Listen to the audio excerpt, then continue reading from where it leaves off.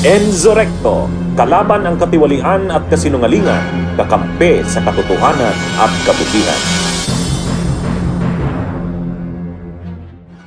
Sa territorial claim, ang ating number one legal right there is yung tinatawag na ut possidetis juris. That's a international law principle na yung mga boundaries na na-establish ng mga colonial powers sa colony nila dapat irespeto ng buong mundo. Yun yung tawag na principle, ut possidetis juris. Tayo, ang boundaries natin in-establish ng colonial powers Treaty of Paris, dalawang colonial powers yun, Spain and the US.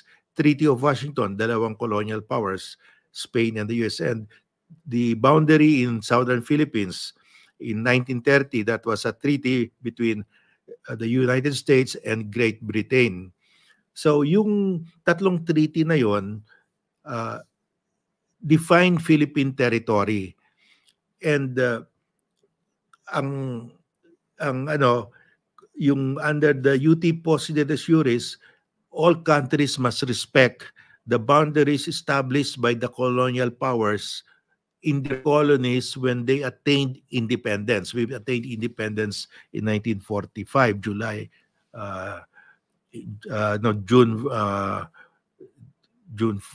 12, no?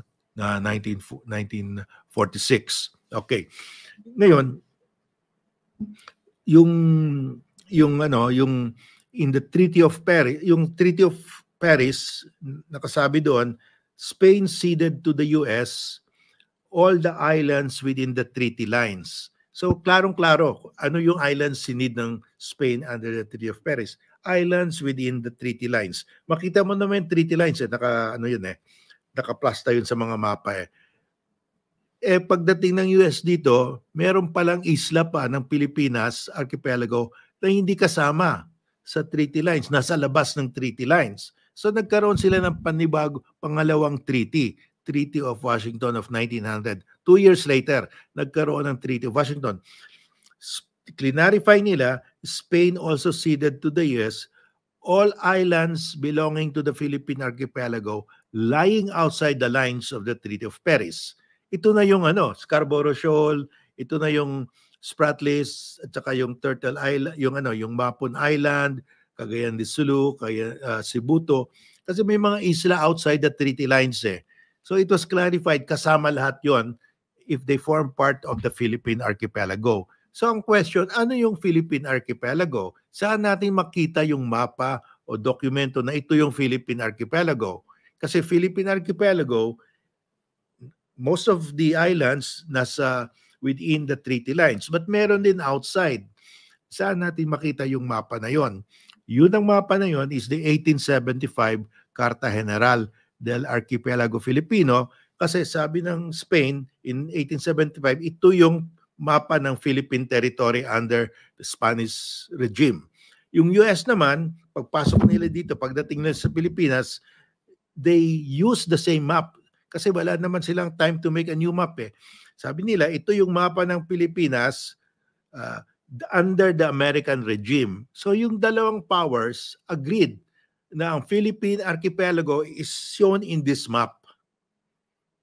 At saka doon sa isang kaso, international case, Islas Palmas, between US and Netherlands, kasi they contested who has sovereignty over Islas Palmas. Islas Palmas na sa Mindanao yan . Ang problema, Spain discovered it, kaya lang, Spain never returned there. Nakita nila, sinama nila sa mapa, but they never went back.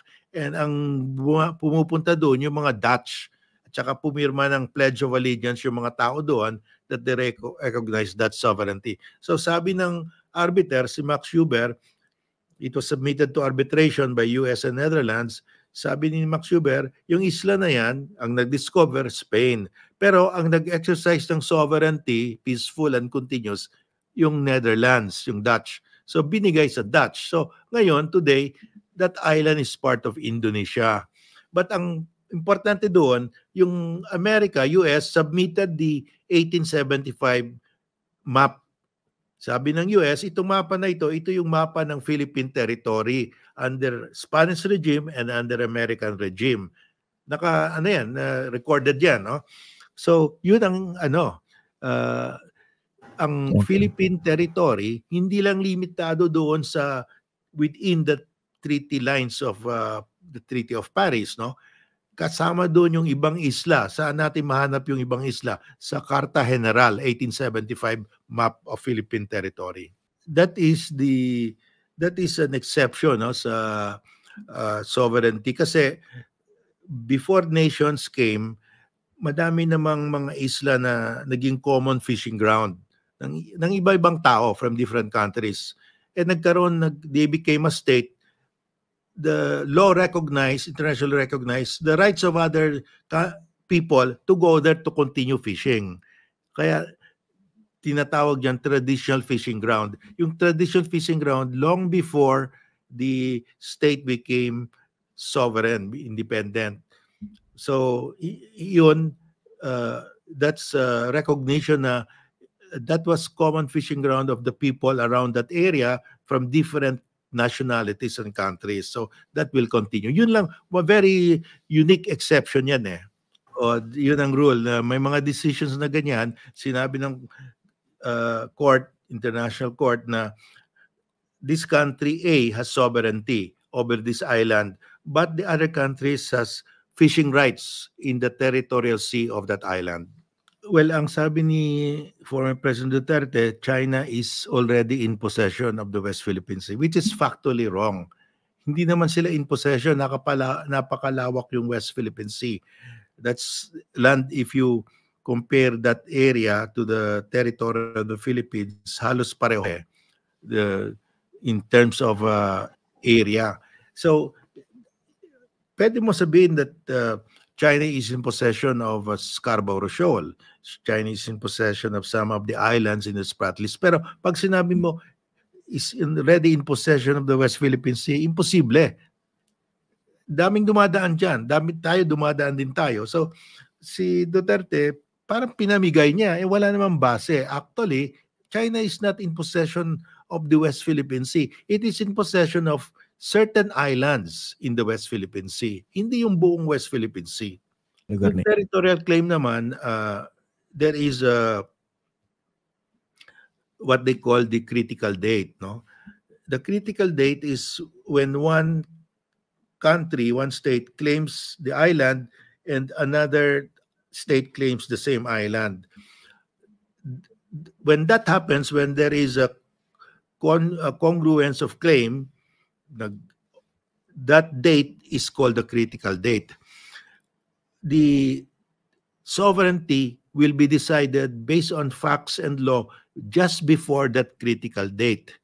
So, yung takeover ng China after the critical date will not improve the title of China.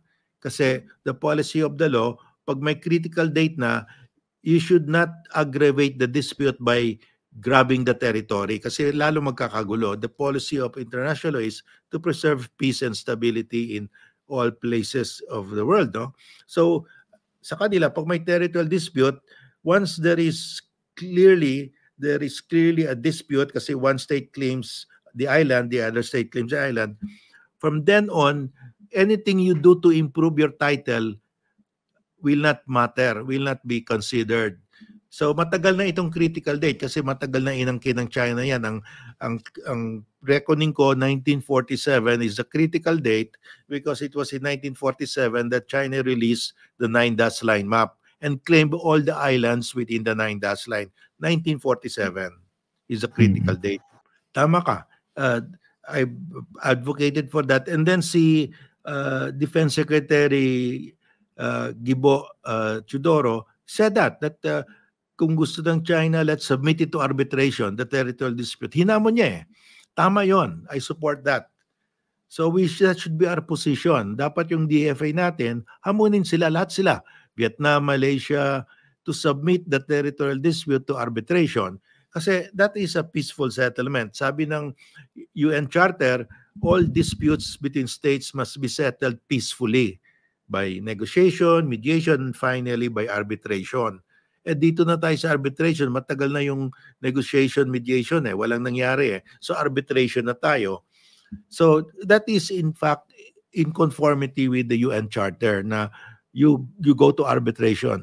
Tama yung ginawa ni Defense Secretary Gibo Teodoro na hinamon niya ang China. If you think really na sa inyo yan, let's arbitrate, submit it to arbitration. Tama yun sang-ayon ako doon. That is the ideal na lahat para matapos lahat. And I think we should start it kasi napakatibay yung ating ebidensya We have a very strong claim. The strongest, I have no doubt na we have the strongest claim. No? Kaya ayaw din nila. They don't want. Kasi syempre alam nila matatalo sila. Ayaw rin nila. Well, ang ano dyan is they will be considered as part of China kasi that China is the one that's recognized as in the UN. The International Tribunal will be bound by that the representative of China is the Chinese Communist Party. It's the government in power.